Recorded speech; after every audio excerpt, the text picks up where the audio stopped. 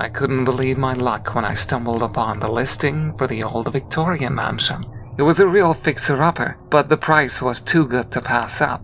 I had always dreamed of owning my own home, and this seemed like the perfect opportunity. Little did I know my dream would soon turn into a nightmare. As I stepped through the creaking front door, a shiver ran down my spine. The air was filled with a musty scent, and the silence was deafening. The grand foyer stood before me, its once elegant wallpaper now peeling and faded. Dust covered every surface, as if time had forgotten this place. Undeterred by the eerie atmosphere, I ventured further into the house. The floorboards groaned beneath my weight, as if protesting my intrusion. The walls seemed to whisper secrets, their voices barely audible but filled with a haunting presence. I decided to explore the first floor first, hoping to uncover the house's hidden history. Each room I entered held its own sense of fearful apprehension. The dining room was adorned with a long-forgotten feast, plates of rotting food and cobwebs covering the table. The parlor was filled with antique furniture, draped in dusty sheets, as if waiting for someone to return and breathe life back into them. As I made my way up the grand staircase, an icy breeze brushed against my cheek. The hairs on the back of my neck stood on end, and a feeling of unease settled deep within me. But I pressed on, curiosity getting the better of me. The second floor was even more decrepit than the first. The bedrooms were filled with broken furniture and tattered curtains that danced in the wind. It was in one of these rooms that I discovered a small journal hidden beneath the floorboard. Curiosity piqued. I opened the journal and began to read. The pages were filled with the ramblings of a previous owner, a man named Samuel. He spoke of strange occurrences in the house, whispers in the night, objects moving on their own, and a presence that seemed to watch his every move. As I delved deeper into Samuel's writings, I realized that he had become consumed by the darkness within the house. His entries grew more erratic, his handwriting jagged and frantic.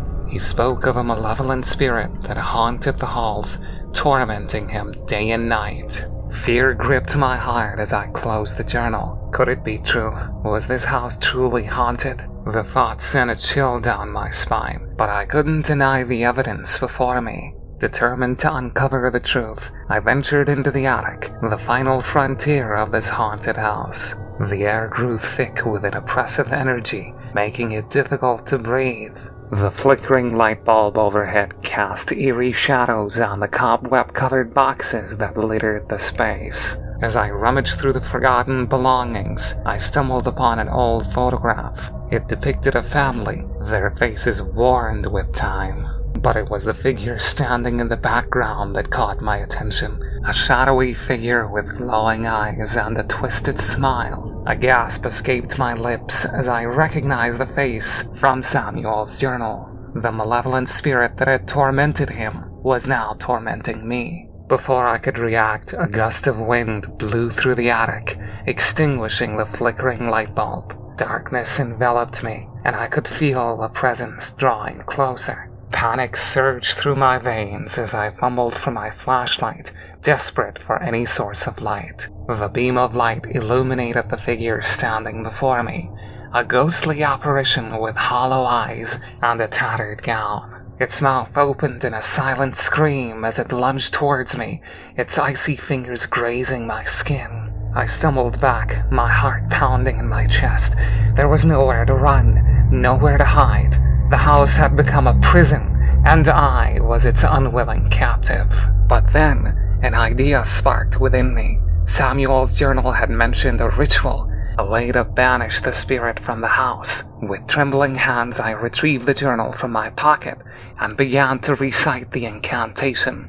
As the ancient words left my lips, the air crackled with energy. The ghostly figure recoiled, its form dissipating into nothingness. The oppressive darkness lifted, replaced by the dim light of the flickering bulb once again. Exhausted but triumphant, I made my way out of the attic and back downstairs.